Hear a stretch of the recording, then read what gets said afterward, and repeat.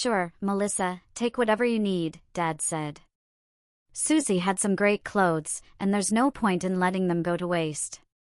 If there's anything you can't use, I'll drop it off at the Salvation Army. I had always called him Dad, but I knew he wasn't my biological father. My real dad died when I was 3, and I barely remember him.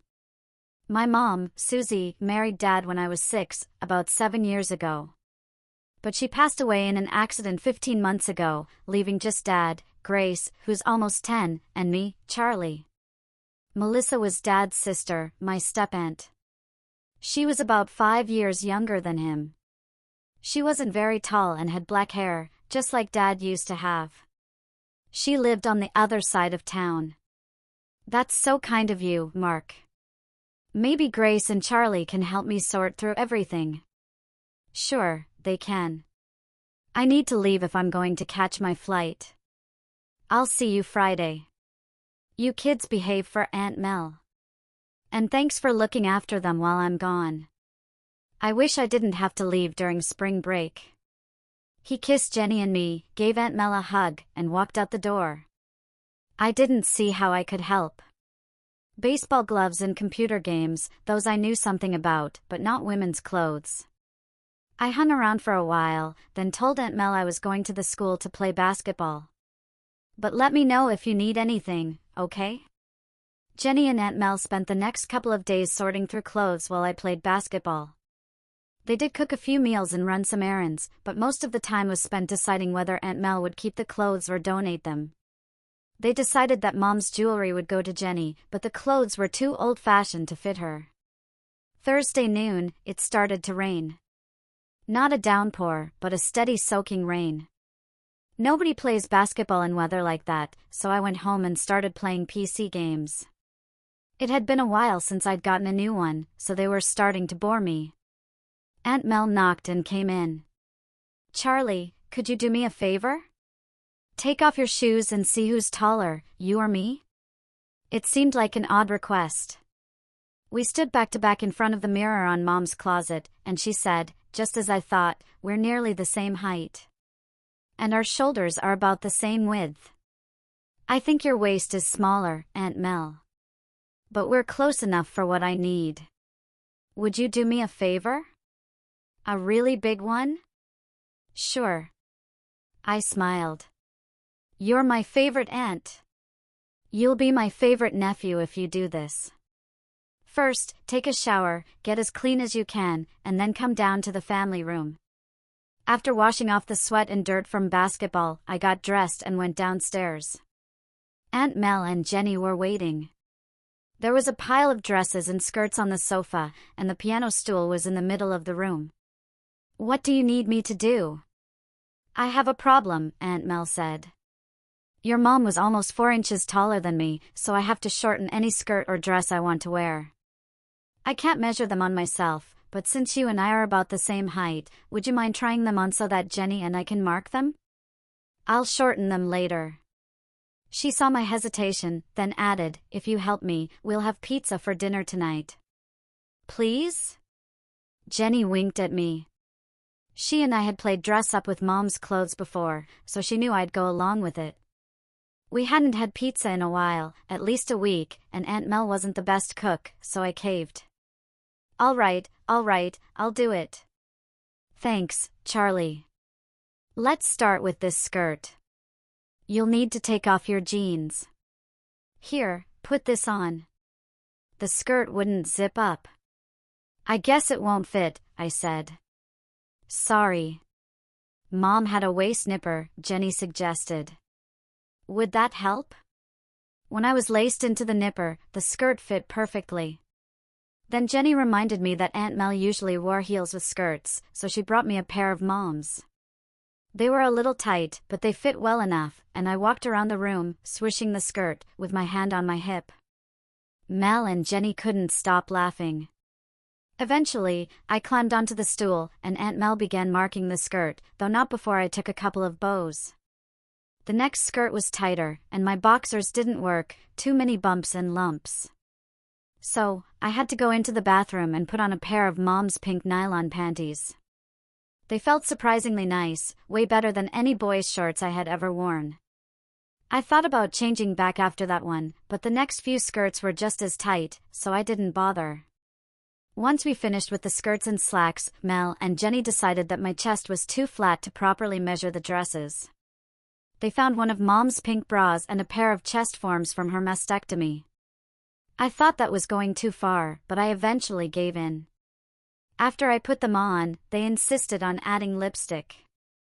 By then, I stopped resisting. No one would see me, and it felt kind of nice to be the center of attention. Jenny took one look at me and said, "That doesn't look like my brother. That looks like a girl with lipstick." "You're right," Aunt Mel said. "What should we call her?" "How about Charlie, short for Charlene?" She smiled. "How does that feel?" "A good name for a model," Jenny commented. "Call me anything, just not late for dinner," I joked. By 6:30, about half of the dresses were marked. My stomach started growling, so Aunt Mel called for the pizza. We didn't stop working then, so we were halfway through marking one of the dresses when the pizza arrived. "All right, Charlie, take everything off. We'll have to start over after we eat, this skirt's a bit tricky to mark." It was a long, red silky dress, and I liked the way it felt and looked on me. Why don't I just leave it on? It's a hassle to take off and put on. Will you wear an apron while you eat, and use a knife and fork instead of picking the pizza up with your hands? I don't want to ruin that dress. Okay, I do that sometimes, even when I'm in jeans. We sat down in the kitchen to eat. Suddenly, Jenny pointed at my Pepsi glass. "Look at that! Lipstick marks on the glass." Aunt Mel laughed. "Some women have no manners." Then they started teaching me how to act more like a woman. Take smaller bites. Keep your knees together. Sip your drink. It was fun, though a little strange to be sitting there in a dress. The front door opened, and Dad called, "Hello. Anyone home?" Jenny and I raced to greet him, though she outran me because of the skirt and heels I was wearing. He picked her up for a kiss, then noticed me. "Who's this?" "This is Charlie, short for Charlene. She's helping us mark the hems in Mom's old dresses," Jenny explained. I hadn't kissed Dad in years, but for some reason, I thought I should this time. I kissed his cheek, leaving a small lipstick mark, and he smiled, saying, "Nice to meet you, Charlie," before giving me a quick kiss on the lips. There was a look on his face I'd never seen before. "Welcome home, Mark," Aunt Mel said. "We didn't expect you until tomorrow." "How was the trip?" "Very successful, thank you." "And how's everyone?" He sat down with us as we finished our pizza and I told him about the modeling I'd been doing. I suddenly had an idea. "Dad, have you had dinner yet? How about I make you some bacon and eggs? There's not much pizza left for all of us." It was the only dish I knew how to make, but I hadn't called him Dad in years, it was always Father. "That sounds great. Charlene." After a beat, he chuckled, and I joined him as I pulled out the frying pan. Once we were done eating, Aunt Mel said, "Let's finish the dress you're wearing, Charlene, and call it a night. It's 8:30, and we can do the rest tomorrow." We finished the dress, and I took it off. Before I could change out of the shoes, panties, and bra, Dad handed me one of Mom's housecoats. "Just put this on," he said. "It's almost bedtime. You'd better help clean up all the sewing stuff too." We tidied up everything, and with a bit of time before my 9 o'clock bedtime, I went downstairs to watch TV. Dad came in after tucking in Jenny and sat next to me, his arm resting on the back of the couch. I moved closer, and he wrapped his arm around me. It felt comforting, I hadn't experienced this since Mom passed away. As the movie ended, Dad whispered, "How does it feel to be a girl, Charlene?" For a moment, I wanted to jump up and shout, "I'm not a girl," but I was too comfortable and the moment felt too good. "Nice, when we're like this."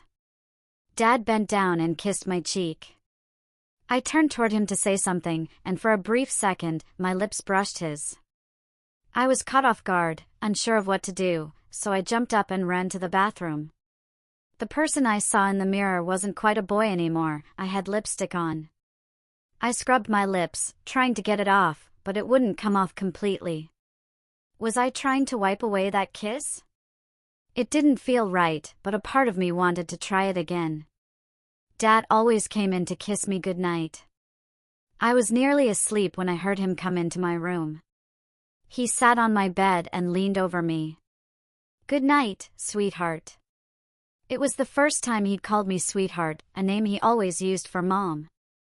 "Good night, Dad." Just like when we were on the couch, he gave me a gentle kiss on the cheek. I turned my head to ask him if he was staying home the next day, and his next kiss landed on my lips.